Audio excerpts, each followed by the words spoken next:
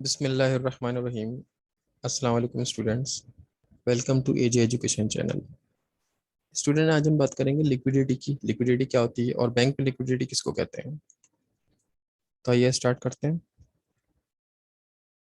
Liquidity कहते हैं cash की जब आपको नीड हो और वो कैश आपको उस वक्त मिल जाए, यानी कंपनी के लिए कैश अवेलेबल होना एनी टाइम लिक्विडिटी कहलाता है।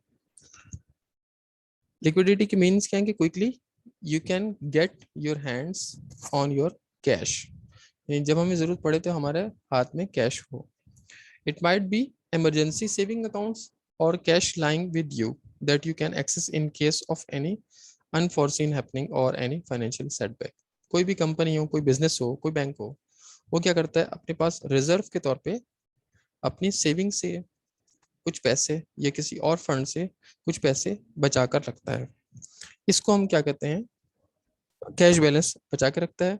और जो कि काम आता है किसके लिए, कब काम आता है, जब हमें एकदम से नीड पड़ती है कैश की, जिसको हम लिक्विडिटी कहते हैं। यानी इसका मतलब ये हुआ कि लिक्विडिटी का मतलब ये है कि आपके पास जब आपको जरूरत हो तो आपके पास कैश अवेलेबल हो, और कैश को अवेलेबल बनाने के लिए रिजर्व रखा जाता है। अब बात होती है लिक्विडिटी बैंक के अंदर।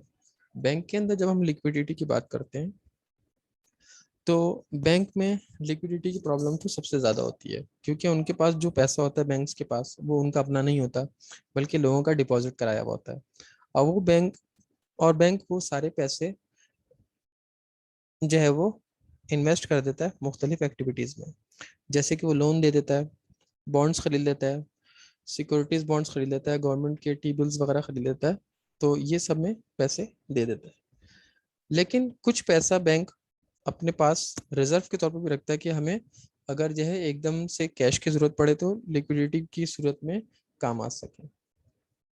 तो उसके लिए बैंक करता क्या है कि बैंक रिजर्व के तौर पर भी पैसे रखता है।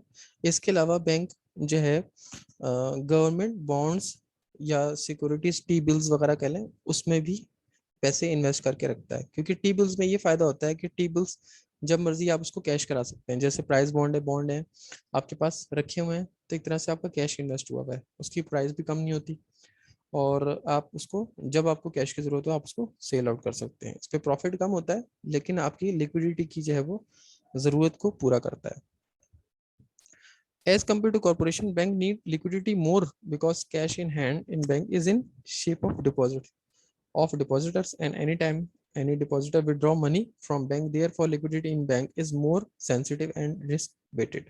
तो इसलिए जैसे कि मैंने डेफिनेशन में भी बताया और अभी मैंने आपको बताया भी कि बैंक को जरूरत पड़ती है क्योंकि उसके पास डिपॉजिटर का पैसा होता है, और अगर कोई डिपॉजिटर उससे अचानक जो है वो ज़्यादा पैसों की डिमांड कर लेता है, विड्रॉ कर लेता है, तो उसके पास अवेलेबल हर वक्त कैश होना चाहिए। तो उसके अवेलेबिलिटी के लिए क्या करता है बैंक, जैसे कि मैंने बताया टी बिल्स में इन्वेस्ट करके रखता है।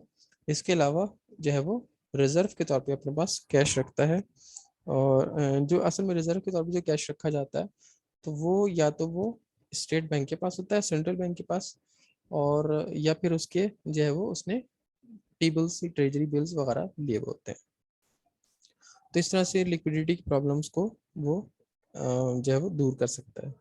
तो ये था हमारा टॉपिक। उम्मीद है आप लोगों को समझ में आया होगा, और नेक्स्ट लेक्चर तक के लिए मुझे इजाज़त दीजिए। अल्लाह हाफिज़।